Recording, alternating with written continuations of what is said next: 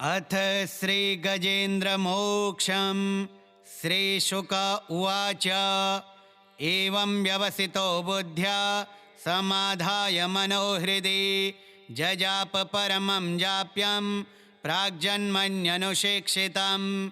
गजेन्द्र उवाच।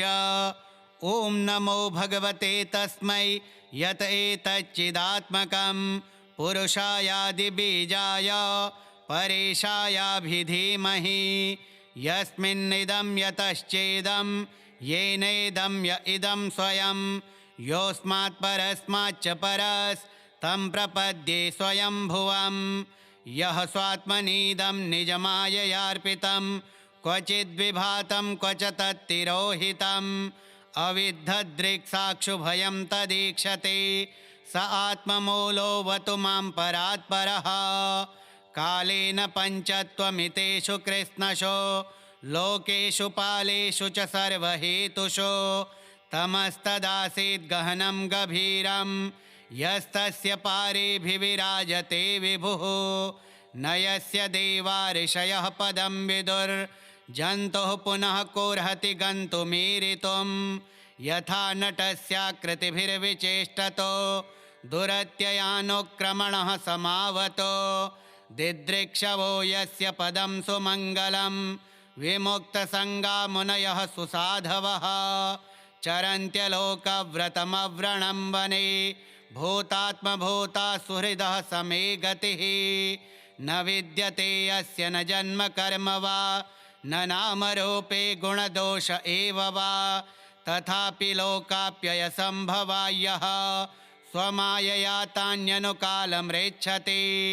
तस्मै नमः परेशाय ब्रह्मणेऽनन्तशक्तये अरूपायोरुरूपाय नमः आश्चर्यकर्मणे।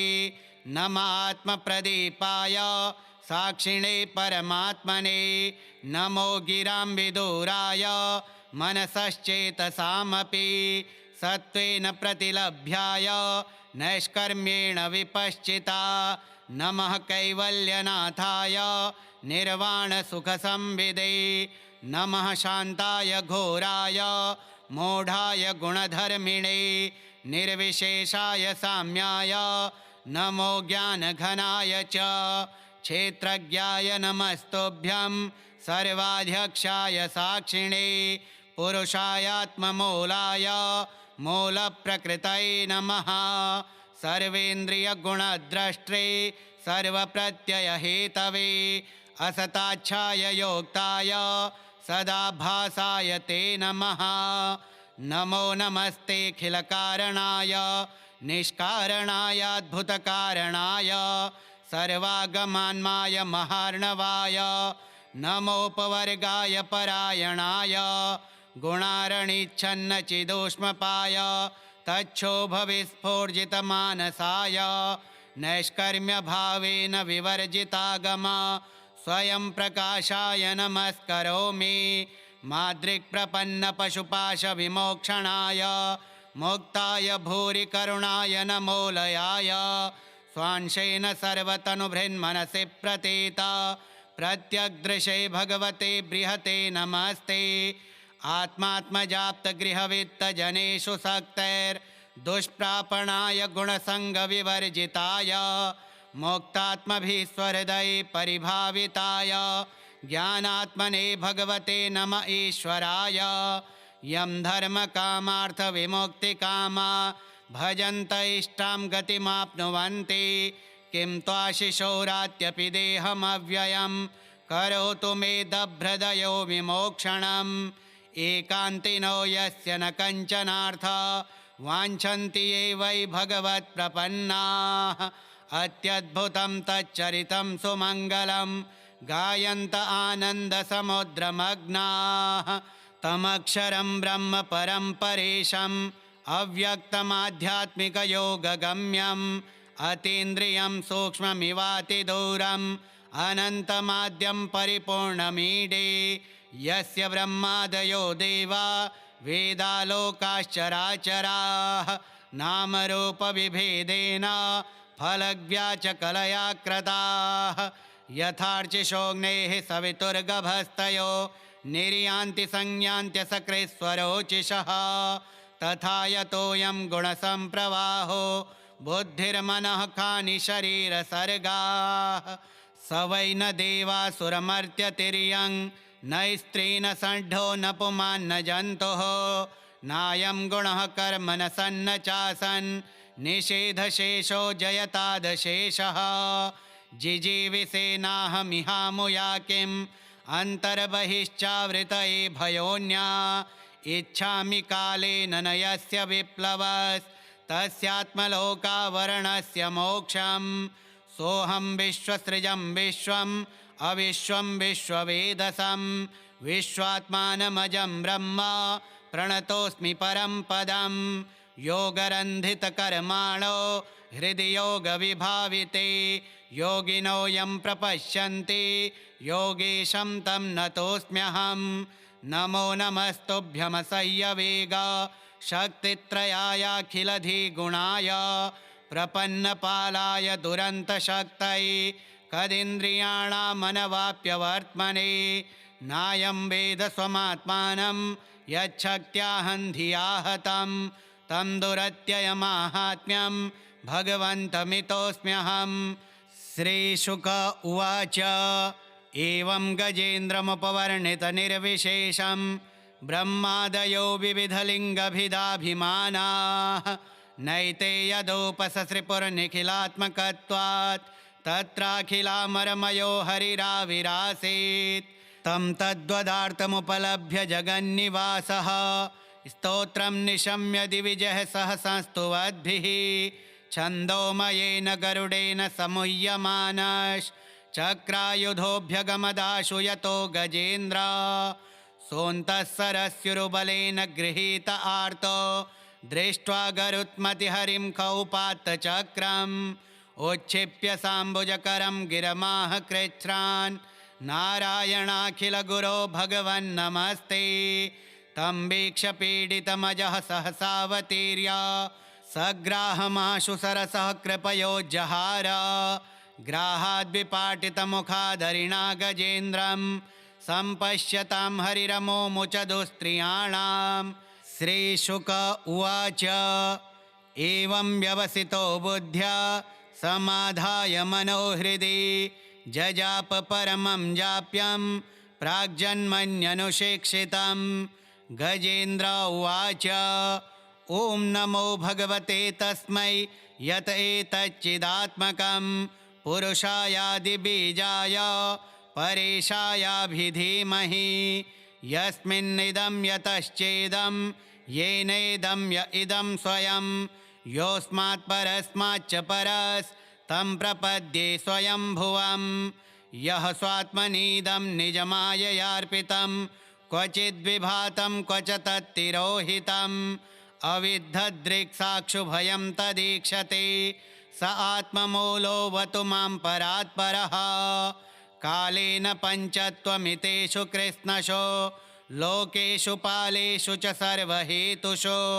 तमस्तदासीद् गहनं गभीरं यस्तस्य पारेभिविराजते विभुः न यस्य देवा ऋषयः पदं विदुर्जन्तुः पुनः कोर्हति गन्तुमीरितुं यथा नटस्याकृतिभिर्विचेष्टतो दुरत्ययानुक्रमणः समावतो दिदृक्षवो यस्य पदं सुमङ्गलं विमुक्तसङ्गा मुनयः सुसाधवः चरन्त्यलोकव्रतमव्रणं वने भूतात्मभूता सुहृदः समे गतिः न विद्यते यस्य न जन्म कर्म वा न नामरूपे गुणदोष एव वा तथापि लोकाप्ययसम्भवायः स्वमायया तान्यनुकालमृच्छति तस्मै नमः परेशाय ब्रह्मणेऽनन्तशक्तये अरूपायोरुरूपाय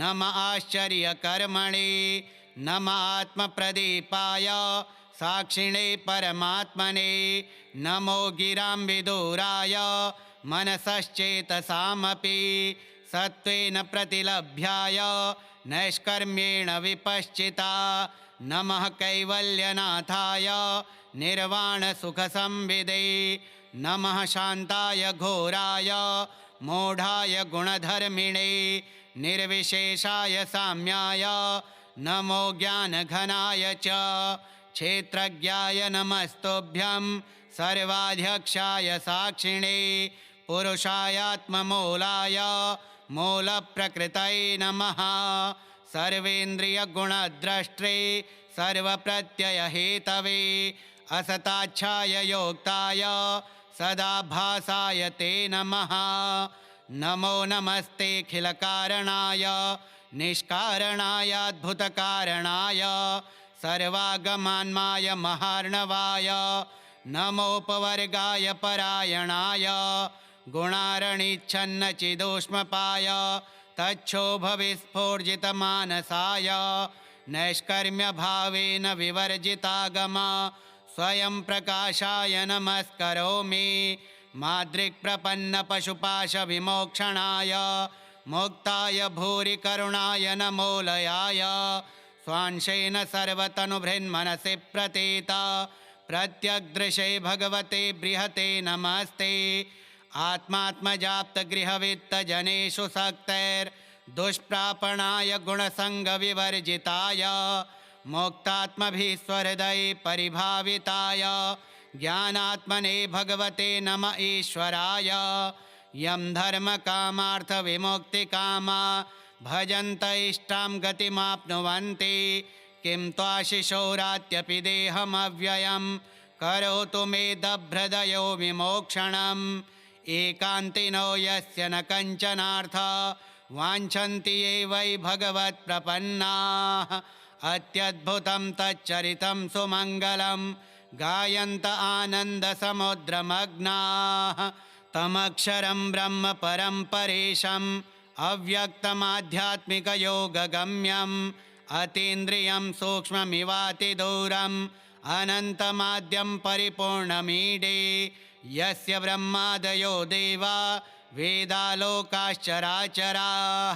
नामरूपविभेदेन फलव्याचकलया कृताः यथार्चिषोऽग्नेः सवितुर्गभस्तयो निर्यान्ति संयान्त्यसकृत्स्वरोचिषः तथा यतोऽयं गुणसम्प्रवाहो बुद्धिर्मनः कानि शरीरसर्गाः स वै न देवासुरमर्त्यतिर्यं न स्त्री न षड्ढो न पुमान् न जन्तुः नायं गुणः कर्म न सन्न चासन् निषेधशेषो जयतादशेषः जिजीविषेनाहमिहामुया किम् अन्तर्बहिश्चावृतये भयोन्या इच्छामि कालेन न यस्य विप्लवस्तस्यात्मलोकावरणस्य मोक्षम् सोऽहं विश्वसृजं विश्वम् अविश्वं विश्ववेदसं विश्वात्मानमजं ब्रह्म प्रणतोऽस्मि परं पदं योगरन्धितकर्माणो हृदि योगविभाविते योगिनो यं प्रपश्यन्ति योगेशं तं नतोऽस्म्यहं नमो नमस्तुभ्यमसह्यवेग शक्तित्रयायाखिलधिगुणाय प्रपन्नपालाय दुरन्तशक्तये कदिन्द्रियाणामनवाप्यवर्त्मने नायं वेद स्वमात्मानं यच्छक्त्याहं धिया हतं तं दुरत्ययमाहात्म्यं भगवन्तमितोऽस्म्यहं श्रीशुक उवाच एवं गजेन्द्रमुपवर्णितनिर्विशेषं ब्रह्मादयो विविधलिङ्गभिदाभिमानाः नैते यदोपससृपुर्निखिलात्मकत्वात् तत्राखिलामरमयो हरिराविरासीत् तं तद्वदार्थमुपलभ्य जगन्निवासः स्तोत्रं निशम्य दिविजः सहसंस्तुवद्भिः छन्दोमयेन गरुडेन समुह्यमानश्चक्रायुधोऽभ्यगमदाशु यतो गजेन्द्र सोऽन्तः सरस्युरुबलेन गृहीत आर्तो दृष्ट्वा गरुत्मतिहरिं कौपात्तचक्रम् उच्छिप्य साम्बुजकरं गिरमाह कृच्छ्रान् नारायणाखिलगुरो भगवन्नमस्ते तं वीक्ष्य पीडितमजः सहसावतीर्य सग्राहमाशु सरसः कृपयोज्जहार ग्राहाद्विपाटितमुखादरिणा गजेन्द्रं सम्पश्यतां हरिरमोमुच दुस्त्रियाणां। श्रीशुक उवाच एवं व्यवसितो बुद्ध्या समाधाय मनोहृदि जजाप परमं जाप्यं प्राग्जन्मन्यनुशिक्षितं। गजेन्द्र उवाच ॐ नमो भगवते तस्मै यत एतच्चिदात्मकं पुरुषायादिबीजाय परेशायाभिधीमहि। यस्मिन्निदं यतश्चेदं येनेदं य इदं स्वयं योऽस्मात् परस्माच्च परस्तं प्रपद्ये स्वयंभुवम्। यः स्वात्मनीदं निजमाययार्पितं क्वचिद्विभातं क्वच तत्तिरोहितम् अविद्धदृक्साक्षुभयं तदीक्षते स आत्ममूलोऽवतु मां परात्परः। कालेन पञ्चत्वमितेषु कृत्स्नशो लोकेषु पालेषु च सर्वहेतुषु तमस्तदासीद् गहनं गभीरं यस्तस्य पारेभिविराजते विभुः। न यस्य देवा ऋषयः पदं विदुर्जन्तुः पुनः कोर्हति गन्तुमीरितुं। यथा नटस्याकृतिभिर्विचेष्टतो दुरत्ययानुक्रमणः समावतो दिदृक्षवो यस्य पदं सुमङ्गलं विमुक्तसङ्गा मुनयः सुसाधवः चरन्त्यलोकव्रतमव्रणं वने भूतात्मभूता सुहृदः समे गतिः।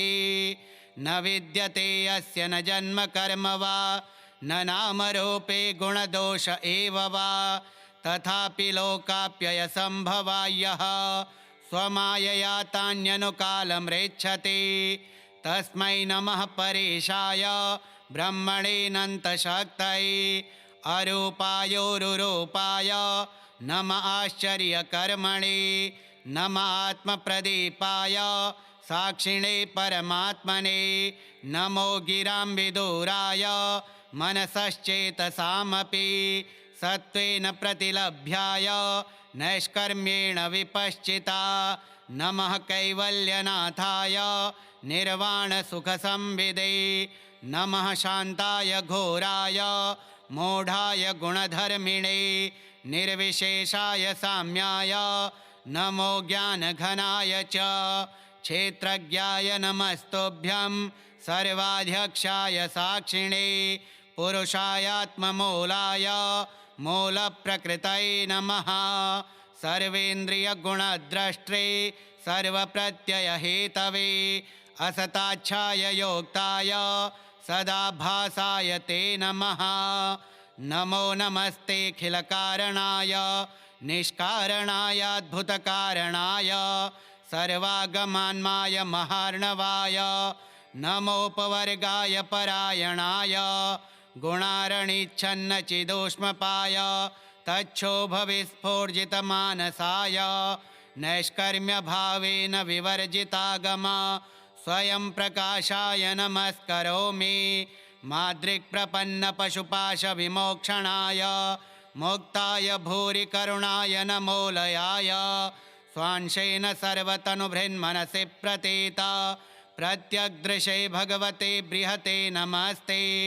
आत्मात्मजाप्तगृहवित्तजनेषु सक्तैर्दुष्प्रापणाय गुणसङ्गविवर्जिताय मुक्तात्मभिः स्वहृदये परिभाविताय ज्ञानात्मने भगवते नम ईश्वराय।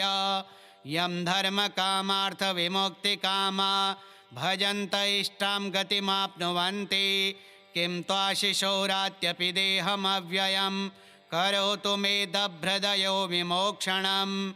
एकान्तिनो यस्य न कञ्चनार्थ वाञ्छन्ति ये वै भगवत्प्रपन्नाः अत्यद्भुतं तच्चरितं सुमङ्गलं गायन्त आनन्दसमुद्रमग्नाः तमक्षरं ब्रह्म परं परेशम् अव्यक्तमाध्यात्मिकयोगगम्यम् अतीन्द्रियं सूक्ष्ममिवातिदूरम् अनन्तमाद्यं परिपूर्णमीडे यस्य ब्रह्मादयो देवा वेदालोकाश्चराचराः नामरूपविभेदेन फलव्याचकलया कृताः। यथार्चिषोऽग्नेः सवितुर्गभस्तयो निर्यान्ति संयान्त्यसकृस्वरोचिषः तथा यतोऽयं गुणसम्प्रवाहो बुद्धिर्मनः खानि शरीरसर्गाः स वै न देवासुरमर्त्यतिर्यं न स्त्री न षड्ढो न पुमान् न जन्तुः नायं गुणः कर्म न सन्न चासन् निषेधशेषो जयतादशेषः जिजीविषेनाहमिहामुया किम् अन्तर्बहिश्चावृतये भयोन्या इच्छामि कालेन न यस्य विप्लवस्तस्यात्मलोकावरणस्य मोक्षम् सोऽहं विश्वसृजं विश्वम् अविश्वं विश्ववेदसं विश्वात्मानमजं ब्रह्म प्रणतोऽस्मि परं पदं योगरन्धितकर्माणो हृदि योगविभाविते योगिनो यं प्रपश्यन्ति योगेशं तं नतोऽस्म्यहं नमो नमस्तुभ्यमसह्यवेग शक्तित्रयायाखिलधिगुणाय प्रपन्नपालाय दुरन्तशक्तये कदिन्द्रियाणामनवाप्यवर्त्मने नायं वेद स्वमात्मानं यच्छक्त्याहं धिया हतं तं दुरत्ययमाहात्म्यं भगवन्तमितोऽस्म्यहं।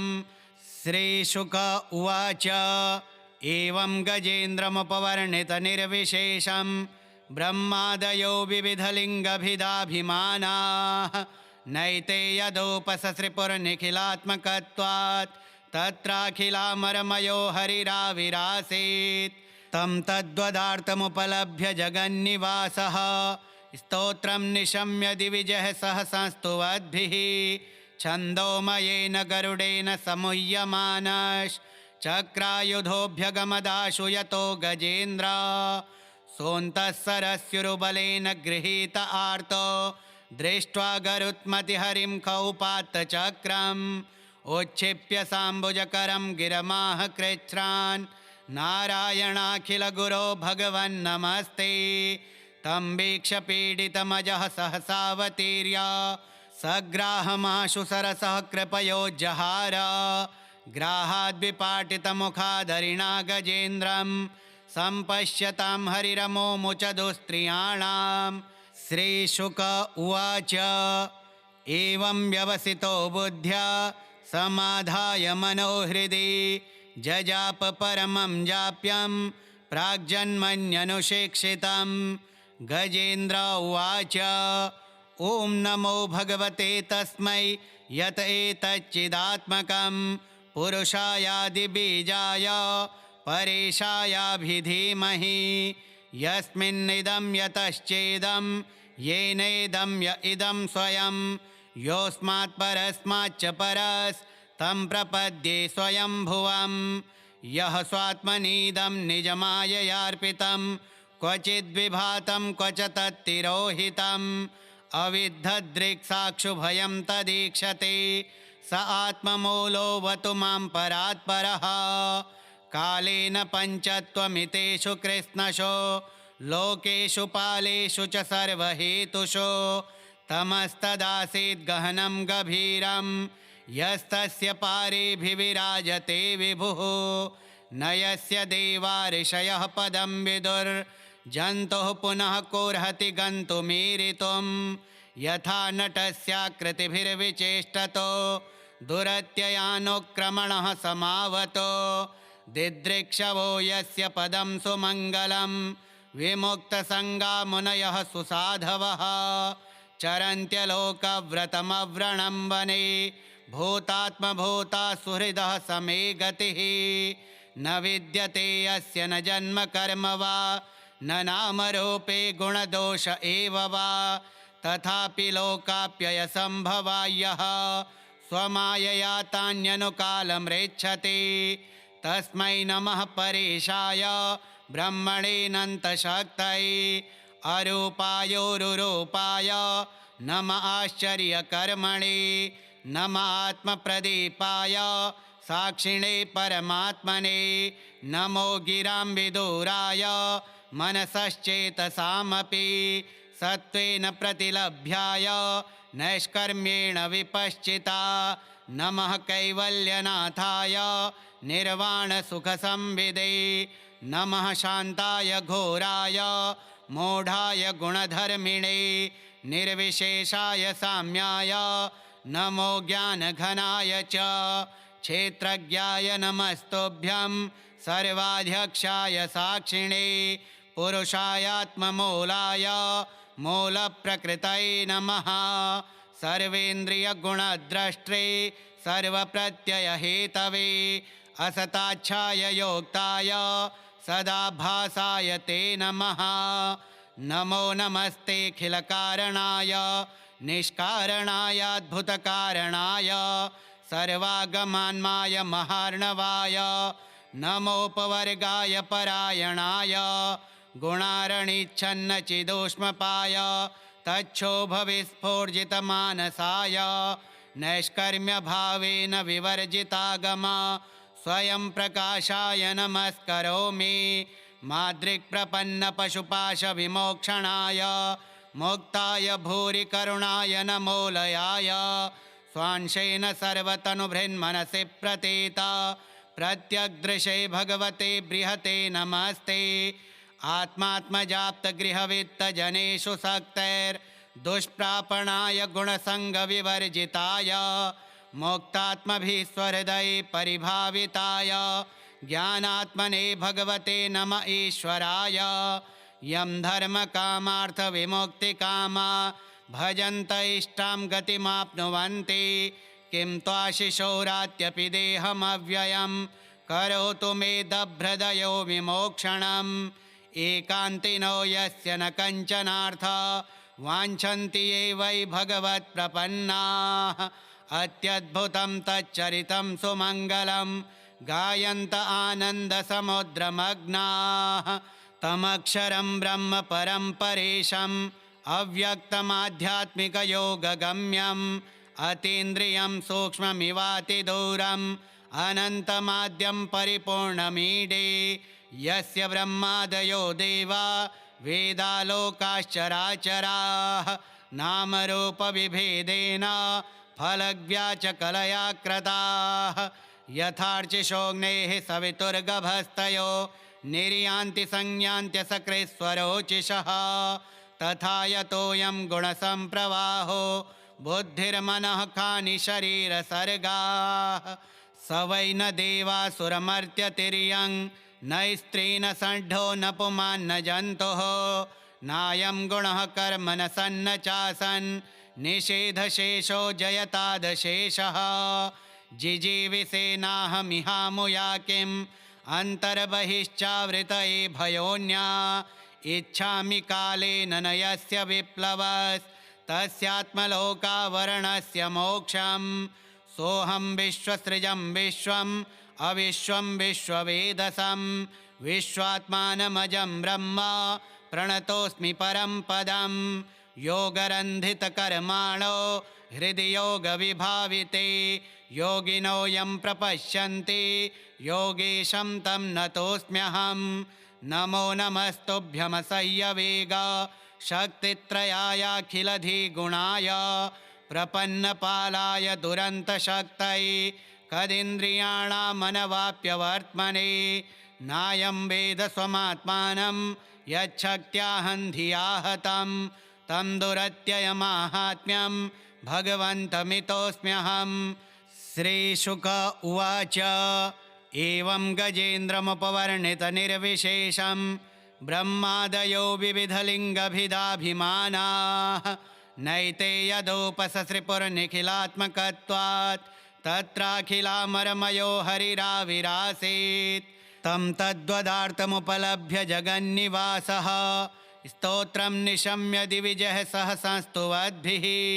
छन्दोमयेन गरुडेन समुह्यमानश्चक्रायुधोऽभ्यगमदाशु यतो गजेन्द्र सोऽन्तः सरस्युरुबलेन गृहीत आर्तो दृष्ट्वा गरुत्मतिहरिं कौपात्तचक्रम् उच्छिप्य साम्बुजकरं गिरमाह कृच्छ्रान् नारायणाखिलगुरो भगवन्नमस्ते तं वीक्ष्य पीडितमजः सहसावतीर्य सग्राहमाशु सरसः कृपयोज्जहार ग्राहाद्विपाटितमुखादरिणा गजेन्द्रं सम्पश्यतां हरिरमोमुच दुस्त्रियाणां।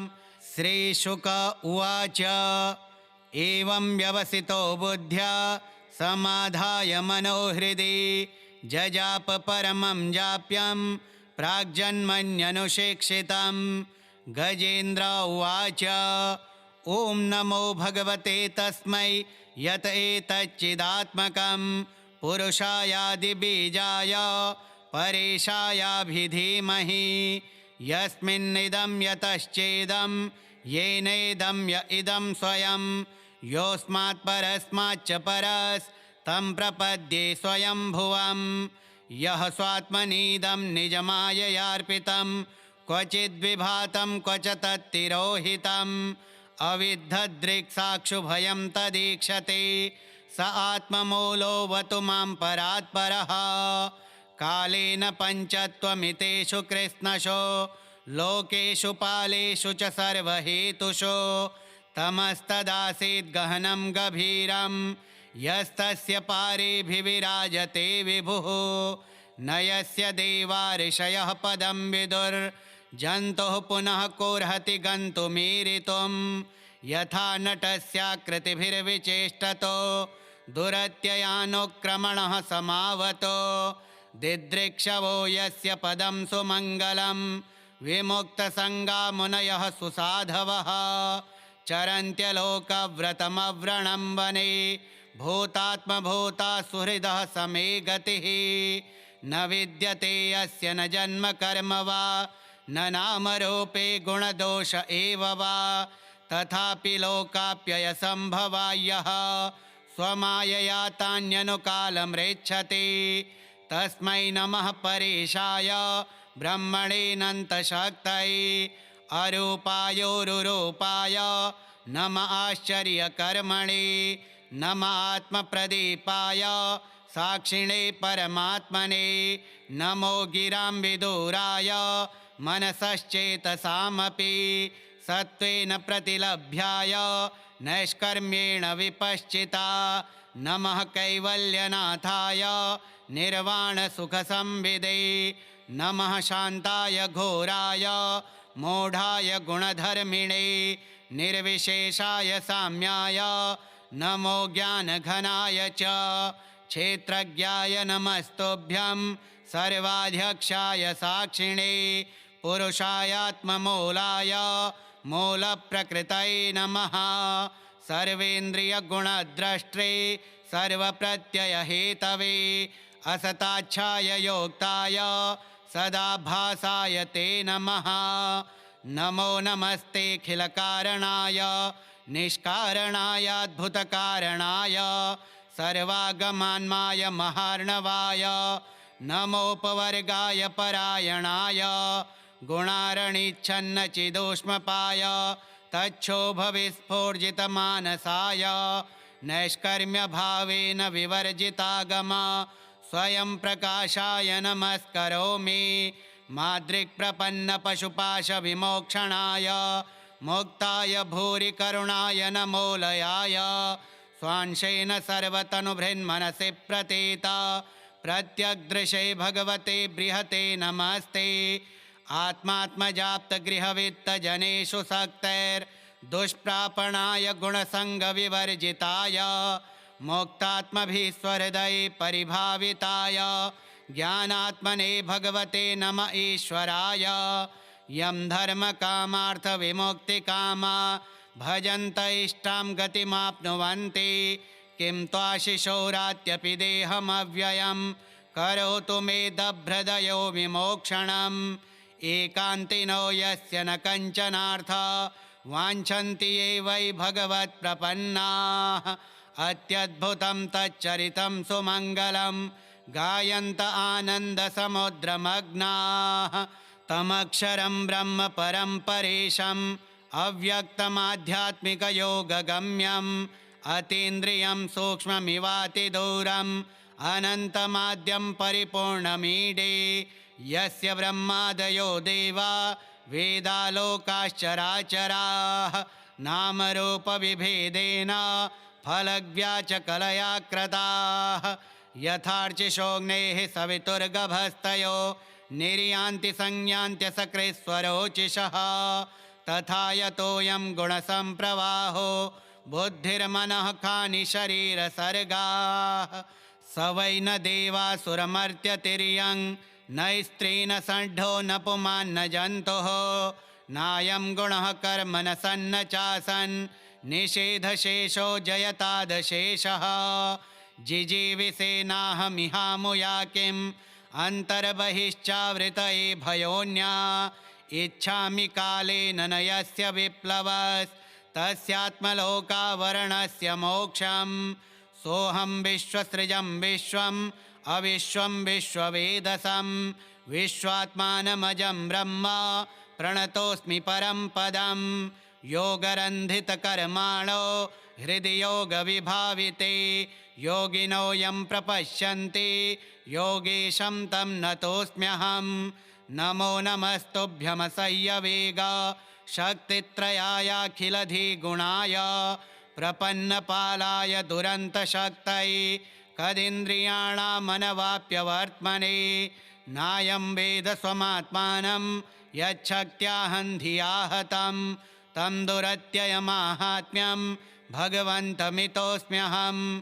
श्रीशुक उवाच एवं गजेन्द्रमुपवर्णितनिर्विशेषं ब्रह्मादयो विविधलिङ्गभिदाभिमानाः नैते यदोपससृपुर्निखिलात्मकत्वात् तत्राखिलामरमयो हरिराविरासीत् तं तद्वदार्थमुपलभ्य जगन्निवासः स्तोत्रं निशम्य दिविजः सहसंस्तुवद्भिः छन्दोमयेन गरुडेन समुह्यमानश्चक्रायुधोऽभ्यगमदाशु यतो गजेन्द्र सोऽन्तः सरस्युरुबलेन गृहीत आर्तो दृष्ट्वा गरुत्मतिहरिं कौपात्तचक्रम् उच्छिप्य साम्बुजकरं गिरमाह कृच्छ्रान् नारायणाखिलगुरो भगवन्नमस्ते तं वीक्ष्य पीडितमजः सहसावतीर्य सग्राहमाशु सरसः कृपयोज्जहार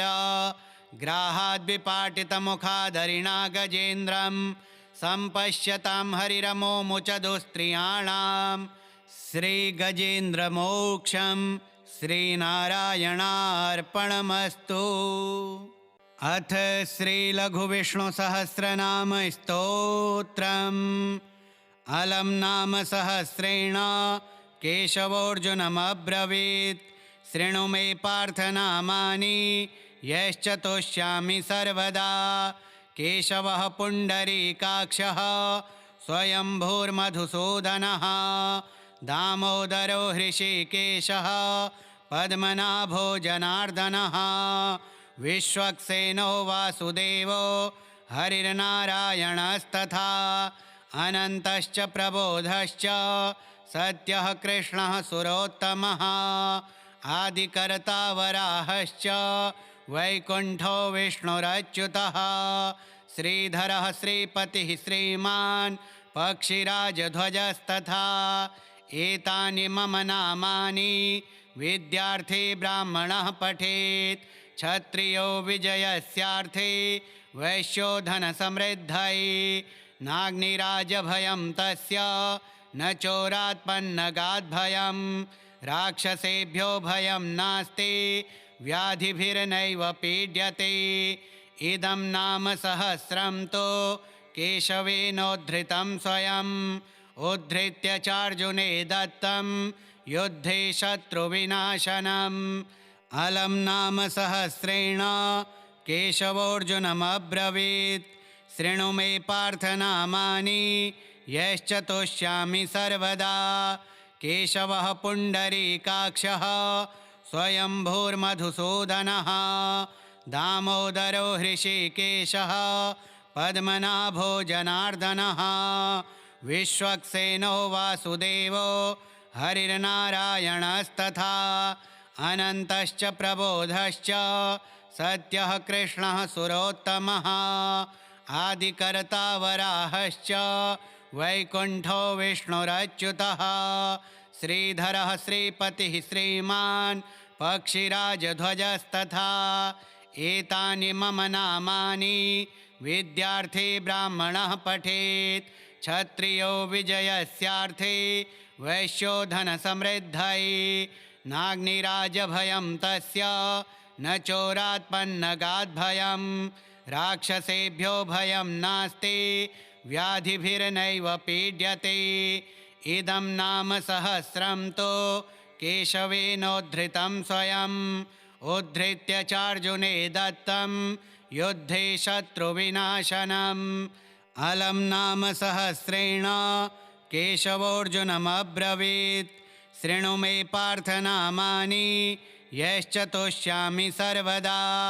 केशवः पुण्डरीकाक्षः स्वयंभूर्मधुसूदनः दामोदरो हृषीकेशः पद्मनाभो जनार्दनः विश्वक्सेनो वासुदेवो हरिर्नारायणस्तथा अनन्तश्च प्रबोधश्च सत्यः कृष्णः सुरोत्तमः आदिकर्ता वराहश्च वैकुण्ठो विष्णुरच्युतः श्रीधरः श्रीपतिः श्रीमान् पक्षिराजध्वजस्तथा एतानि मम नामानि विद्यार्थी ब्राह्मणः पठेत् क्षत्रियो विजयस्यार्थे वैश्यो धनसमृद्धये नाग्निराजभयं तस्य न चोरात्पन्नगाद्भयं राक्षसेभ्यो भयं नास्ति व्याधिभिर्नैव पीड्यते।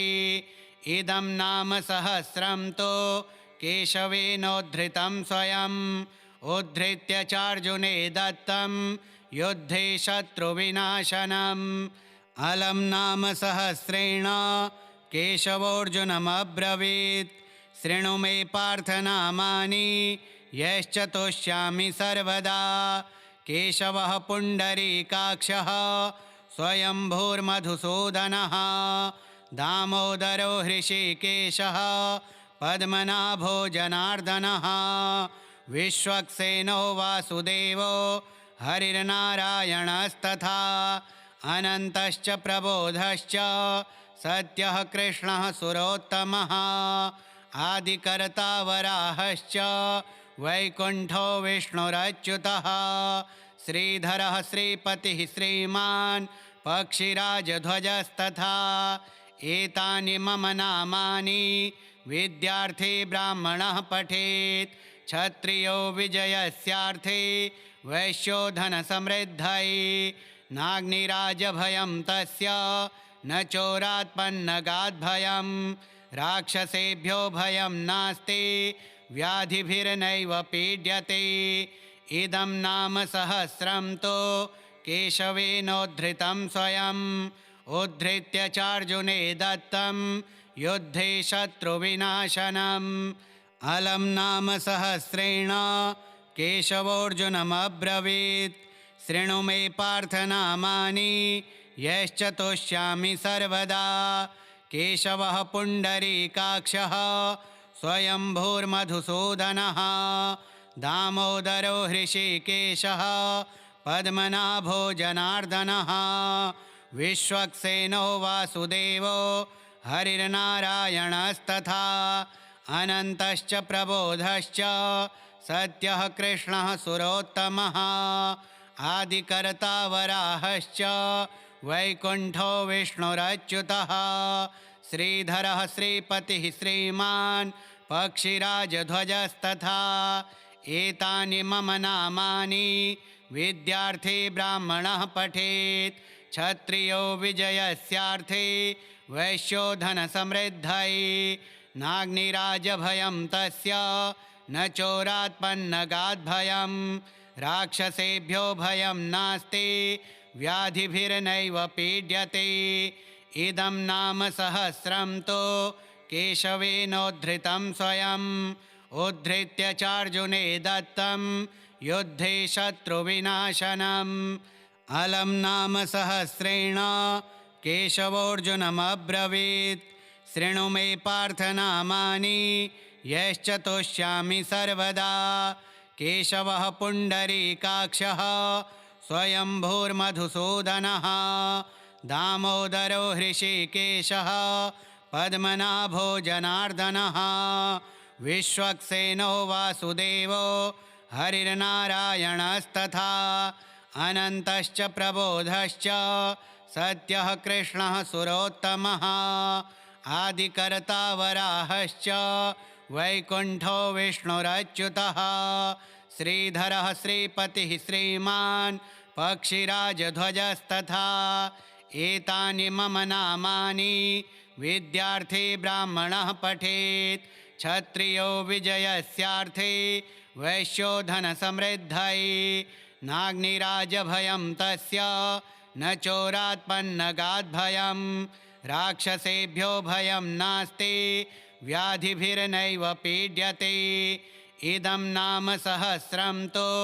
केशवेनोद्धृतं स्वयम् उद्धृत्य चार्जुने दत्तं युद्धे शत्रुविनाशनम् अलं नाम सहस्रेण केशवोऽर्जुनमब्रवीत् शृणु मे पार्थनामानि यश्च तोष्यामि सर्वदा केशवः पुण्डरीकाक्षः स्वयंभूर्मधुसूदनः दामोदरो हृषीकेशः पद्मनाभो जनार्दनः विश्वक्सेनो वासुदेवो हरिर्नारायणस्तथा अनन्तश्च प्रबोधश्च सत्यः कृष्णः सुरोत्तमः आदिकर्ता वराहश्च वैकुण्ठो विष्णुरच्युतः श्रीधरः श्रीपतिः श्रीमान् पक्षिराजध्वजस्तथा एतानि मम नामानि विद्यार्थी ब्राह्मणः पठेत्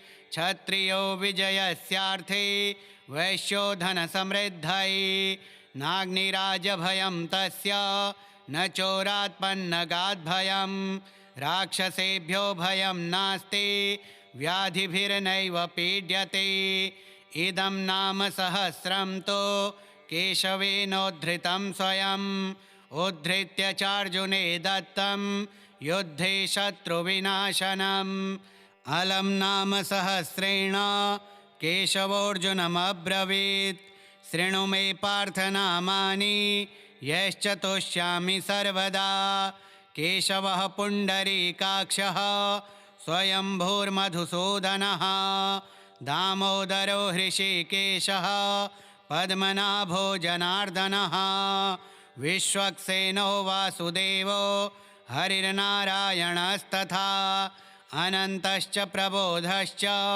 सत्यः कृष्णः सुरोत्तमः आदिकर्ता वराहश्च वैकुण्ठो विष्णुरच्युतः श्रीधरः श्रीपतिः श्रीमान् पक्षिराजध्वजस्तथा एतानि मम नामानि विद्यार्थी ब्राह्मणः पठेत् क्षत्रियो विजयस्यार्थे वैश्यो धनसमृद्धये नाग्निराजभयं तस्य न चोरात्पन्नगाद्भयं राक्षसेभ्यो भयं नास्ति व्याधिभिर्नैव पीड्यते इदं नाम सहस्रं तु केशवेनोद्धृतं स्वयम् उद्धृत्य चार्जुने दत्तं युद्धे शत्रुविनाशनम् अलं नाम सहस्रेण केशवोऽर्जुनमब्रवीत् शृणु मे पार्थनामानि यश्च तोष्यामि सर्वदा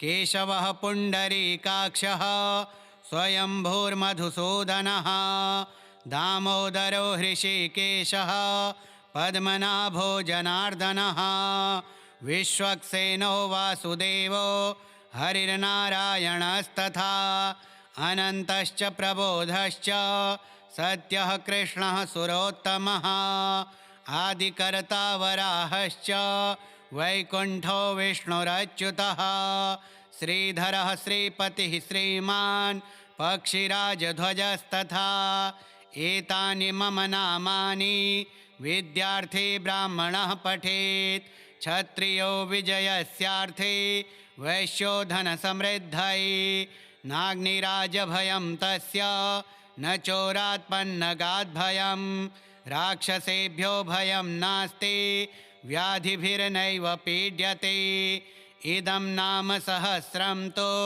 केशवेनोद्धृतं स्वयम् उद्धृत्य चार्जुने दत्तं युद्धे शत्रुविनाशनम् अलं नाम सहस्रेण केशवोऽर्जुनमब्रवीत् शृणु मे पार्थनामानि यश्च तोष्यामि सर्वदा। केशवः पुण्डरीकाक्षः स्वयंभूर्मधुसूदनः दामोदरो हृषीकेशः पद्मनाभो जनार्दनः विश्वक्सेनो वासुदेवो हरिर्नारायणस्तथा अनन्तश्च प्रबोधश्च सत्यः कृष्णः सुरोत्तमः आदिकर्ता वराहश्च वैकुण्ठो विष्णुरच्युतः श्रीधरः श्रीपतिः श्रीमान् पक्षिराजध्वजस्तथा एतानि मम नामानि विद्यार्थी ब्राह्मणः पठेत् क्षत्रियो विजयस्यार्थे वैश्यो धनसमृद्धये नाग्निराजभयं तस्य न चोरात्पन्नगाद्भयं राक्षसेभ्यो भयं नास्ति व्याधिभिर्नैव पीड्यते। इदं नाम सहस्रं तु केशवेनोद्धृतं स्वयम् उद्धृत्य चार्जुने दत्तं युद्धे शत्रुविनाशनम्। अलं नाम सहस्रेण केशवोऽर्जुनमब्रवीत् शृणु मे पार्थनामानि यश्च तोष्यामि सर्वदा। केशवः पुण्डरीकाक्षः स्वयंभूर्मधुसूदनः दामोदरो हृषीकेशः पद्मनाभो जनार्दनः विश्वक्सेनो वासुदेवो हरिर्नारायणस्तथा अनन्तश्च प्रबोधश्च सत्यः कृष्णः सुरोत्तमः आदिकर्ता वराहश्च वैकुण्ठो विष्णुरच्युतः श्रीधरः श्रीपतिः श्रीमान् पक्षिराजध्वजस्तथा एतानि मम नामानि विद्यार्थी ब्राह्मणः पठेत् क्षत्रियो विजयस्यार्थे वैश्यो धनसमृद्धये नाग्निराजभयं तस्य न चोरात्पन्नगाद्भयं राक्षसेभ्यो भयं नास्ति व्याधिभिर्नैव पीड्यते। इदं नाम सहस्रं तु केशवेनोद्धृतं स्वयम् उद्धृत्य चार्जुने दत्तं युद्धे शत्रुविनाशनम्। श्रीविष्णुपुराणे लघुविष्णुसहस्रनाम स्तोत्रम् श्रीविष्णोर्पणमस्तु। अथ श्रीराधाकृष्णाष्टकस्तोत्रम्।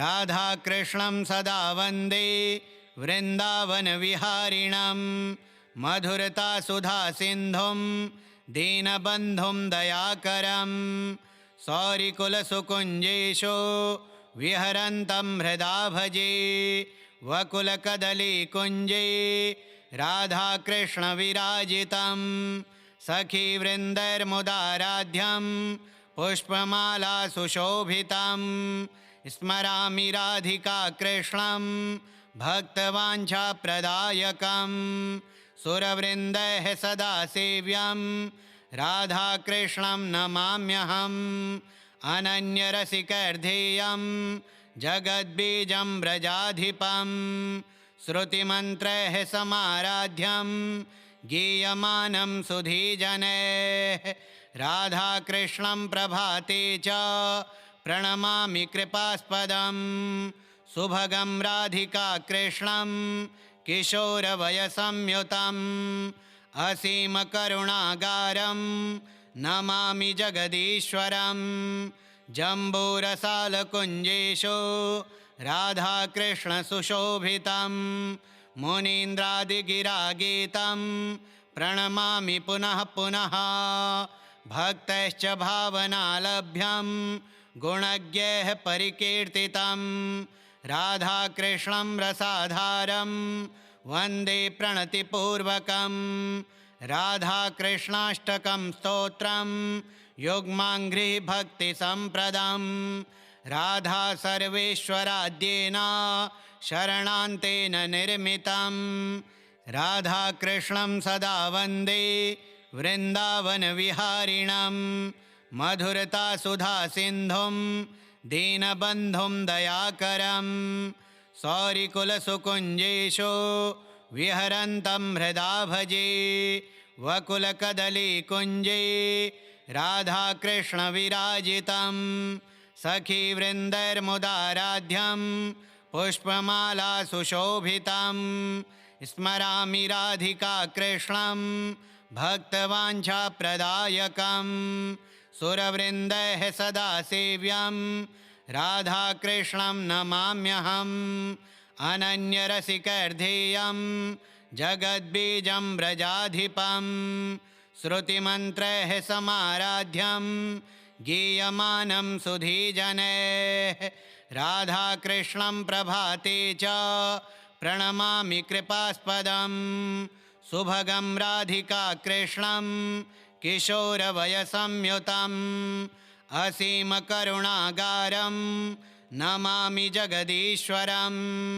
जम्बूरसालकुञ्जेषु राधाकृष्णसुशोभितं मुनीन्द्रादिगिरागीतं प्रणमामि पुनः पुनः भक्तैश्च भावनालभ्यं गुणज्ञैः परिकीर्तितं राधाकृष्णं रसाधारं वन्दे प्रणतिपूर्वकं राधाकृष्णाष्टकं स्तोत्रं युग्माङ्घ्रिः भक्तिसम्प्रदं राधा सर्वेश्वराद्येन शरणान्तेन निर्मितं राधाकृष्णं सदा वन्दे वृन्दावनविहारिणं मधुरतासुधासिन्धुं दीनबन्धुं दयाकरं सौरिकुलसुकुञ्जेषु विहरन्तं हृदा भजे वकुलकदलीकुञ्जे राधाकृष्णविराजितं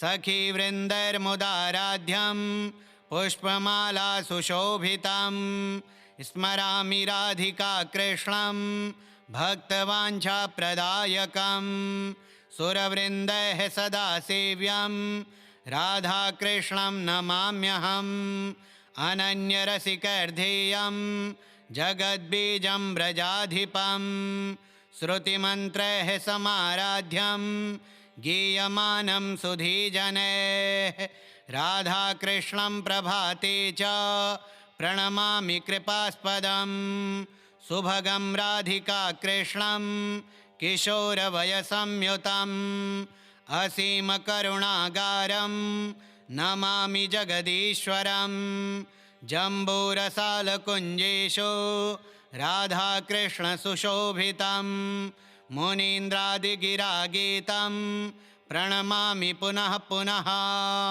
भक्तैश्च भावनालभ्यं गुणज्ञैः परिकीर्तितं राधाकृष्णं रसाधारं वन्दे प्रणतिपूर्वकं राधाकृष्णाष्टकं स्तोत्रं युग्माङ्घ्रिः भक्तिसम्प्रदं राधा सर्वेश्वराद्येन शरणान्तेन निर्मितं राधाकृष्णं सदा वन्दे वृन्दावनविहारिणं मधुरतासुधासिन्धुं दीनबन्धुं दयाकरं सौरिकुलसुकुञ्जेषु विहरन्तं हृदा भजे वकुलकदलीकुञ्जे राधाकृष्णविराजितं सखीवृन्दैर्मुदाराध्यं पुष्पमाला सुशोभितं स्मरामि राधिका कृष्णं भक्तवाञ्छाप्रदायकं सुरवृन्दैः सदा सेव्यं राधाकृष्णं नमाम्यहम् अनन्यरसिकैर्धेयं जगद्बीजं व्रजाधिपं श्रुतिमन्त्रैः समाराध्यं गीयमानं सुधीजनैः राधाकृष्णं प्रभाते च प्रणमामि कृपास्पदं सुभगं राधिका कृष्णं किशोरवयसंयुतम् असीमकरुणागारं नमामि जगदीश्वरं जम्बूरसालकुञ्जेषु राधाकृष्णसुशोभितं मुनीन्द्रादिगिरागीतं प्रणमामि पुनः पुनः भक्तैश्च भावनालभ्यं गुणज्ञैः परिकीर्तितं राधाकृष्णं रसाधारं वन्दे प्रणतिपूर्वकं राधाकृष्णाष्टकं स्तोत्रं युग्माङ्घ्रि भक्तिसम्प्रदं राधा सर्वेश्वराद्येन शरणान्तेन निर्मितं राधाकृष्णं सदा वन्दे वृन्दावनविहारिणं मधुरता सुधा सिन्धुं दीनबन्धुं दयाकरं सौरिकुलसुकुञ्जेषु विहरन्तं हृदा भजे वकुलकदलीकुञ्जे राधाकृष्णविराजितं सखीवृन्दैर्मुदाराध्यं पुष्पमाला सुशोभितं स्मरामि राधिका कृष्णं भक्तवाञ्छाप्रदायकं सुरवृन्दैः सदा सेव्यं राधाकृष्णं नमाम्यहम् अनन्यरसिकैर्धेयं जगद्बीजं व्रजाधिपं श्रुतिमन्त्रैः समाराध्यं गीयमानं सुधीजनैः राधाकृष्णं प्रभाते च प्रणमामि कृपास्पदं सुभगं राधिका कृष्णं किशोरवयसंयुतम् असीमकरुणागारं नमामि जगदीश्वरं जम्बूरसालकुञ्जेषु राधाकृष्णसुशोभितं मुनीन्द्रादिगिरागीतं प्रणमामि पुनः पुनः भक्तैश्च भावनालभ्यं गुणज्ञैः परिकीर्तितं राधाकृष्णं रसाधारं वन्दे प्रणतिपूर्वकं राधाकृष्णाष्टकं स्तोत्रं युग्माङ्घ्रि भक्तिसम्प्रदं राधा सर्वेश्वराद्येन शरणान्तेन निर्मितं श्रीराधाकृष्णाष्टकस्तोत्रं श्रीराधाकृष्णार्पणमस्तु। 11 पाठः।